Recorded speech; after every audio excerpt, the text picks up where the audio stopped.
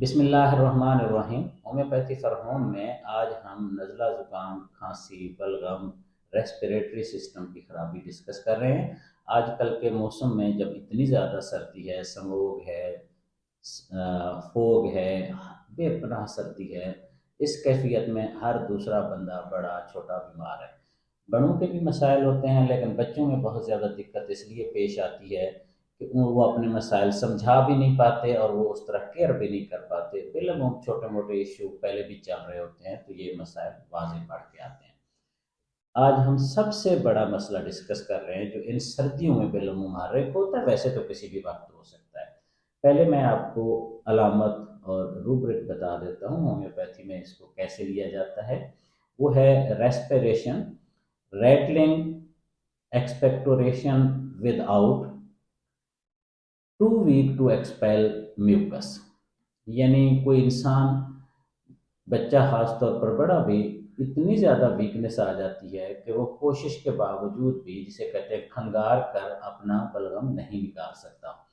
ایسے بہت سارے پیرنٹس بات کرتے ہیں کہ ہمارے بچے کو تو آتا ہی نہیں نکالنا۔ وجہ یہی ہوتی ہے کہ ویکنس اتنی ہوتی ہے۔ اس کی دوا تو صرف اور صرف ایک ہے ہومیوپیتھی میں، اور بے پناہ کامیاب ہے۔ میں اس سے ریلیٹڈ کچھ علامات بتا دیتا ہوں۔ بالعموم یہ کیفیت بچوں میں ہوتی ہے لیکن بڑوں میں بھی ہو سکتی ہے۔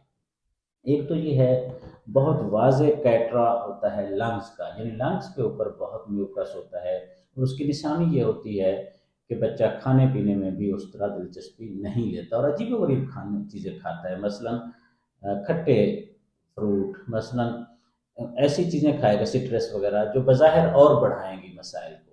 اس کے علاوہ اس کو ٹچ کرنے سے بہت برا لگتا ہے، ٹچ اس کو کوئی نہ کرے۔ اور میں کچھ اور علامات بھی دیکھ لوں ساتھ ساتھ جو بالعموم ہوتی ہیں ان بچوں میں، مثلاً یہ کہ ان کو بہت زیادہ اریٹیشن ہوتی ہے، پیوش ہوتے ہیں، اور زبان کا میں نے عرض کر دیا سفید ہوتی ہے، ریٹلنگ کف ہوتی ہے، اور اتنی زیادہ جمع ہوا ہوتا ہے کہ سانس لینا بھی محال ہو جاتا ہے، اور کھڑکھڑا رہی ہوتی ہے بہت واضح۔ کچھ اسٹیتھوسکوپ وغیرہ لگانے کی ضرورت ہی نہیں پڑتی، کھانسی سے بھی پتہ چلتا ہے، بول چال سے بھی پتہ چلتا ہے۔ اور کھانسنے کے بعد ایک خاص بات ہے، بہت اہم بات ہے۔ ایک تو یہ ہے، بچہ کھانستے کھانستے الٹی کر دیتا ہے۔ ماں باپ بھی یہی کہتے ہیں، اولاً اتنا کمزور ہے، پھر کھانسنے کے بعد جو کچھ کھایا پیا ہوتا ہے نکال دیتا ہے۔ در حقیقت اس سے سسٹم کوشش کرتا ہے، کیونکہ بچہ نکال نہیں پاتا کمزوری کی وجہ سے اور بہت زیادہ طبیعت اور سانس کی خرابی کی وجہ سے، تو الٹی کے ذریعے پرابلم نکل جاتا ہے۔ دوسرا یہ ہوتا ہے، جب الٹی کر لیتا ہے سکون آ جاتا ہے، پھر اس کو نیند بڑی اچھی آتی ہے۔ رات کو یہ کیفیت بہت زیادہ ہوتی ہے، سوتے میں بچہ کھانستا ہے اور کھانس کے پھر الٹی کر دیتا ہے، اور دودھ سے اس بچے کو بہت زیادہ مسائل بڑھتے ہیں۔ وہی بات ہے، میدے پہ لیپ ہوتا ہے، پورا سارے سسٹم پہ واضح میوکس ہوتا ہے، جس کی وجہ سے کوئی چیز پراپرلی ہضم ہی نہیں ہو پاتی، اور ان کو ویکنس اتنی ہوتی ہے کہ یہ ریئیکٹ بھی نہیں کر پاتے۔ بہت دفعہ ان کو پسینہ بھی بہت زیادہ آتا ہے، وہ سر کا ہو سکتا ہے، کمر کا ہو سکتا ہے، کسی باڈی پارٹ کا ہوتا ہے، کیونکہ وہ ویکنس کی وجہ سے واضح ہوتا ہے۔ یہ کیفیت اگر لمبے عرصے سے ہو، اور تو پھر آپ کو یہ میڈیسن تو دینی ہی ہے، اینٹیمونیم ٹاٹ۔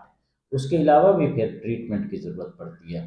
وقتی طور پر اگر یہ کیفیت بہت تنگ کر رہا ہو بچے کو، کر رہی ہو بچے کو، بڑے کو، کسی کو بھی، اس میں خاص بات کیا ہے، ویکنس ہوگی، بہت زیادہ امکان ہے زبان سفید ہوگی، الٹی کرتے کرتے، کھانسی کرتے کرتے الٹی آ جائے گی، اور الٹی کے بعد سکون، مزہ، اطمینان اور نیند آئے گی۔ اور اگر کھانے پینے کی بات آئے گی تو دودھ ان کو خراب کرے گا۔ بالعموم ان کو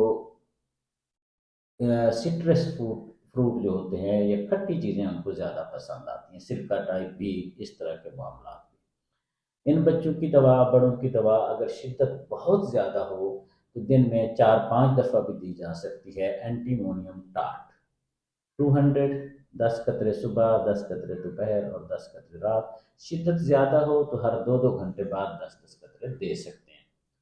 اس سے یہ اہم پوائنٹ ہے، بہت اہم ہے، جو عام طور پر لوگ مس کر جاتے ہیں، وہ یہ ہے کہ اس کے بعد ایسے نہیں ہے سب کلیئر ہو جائے گا۔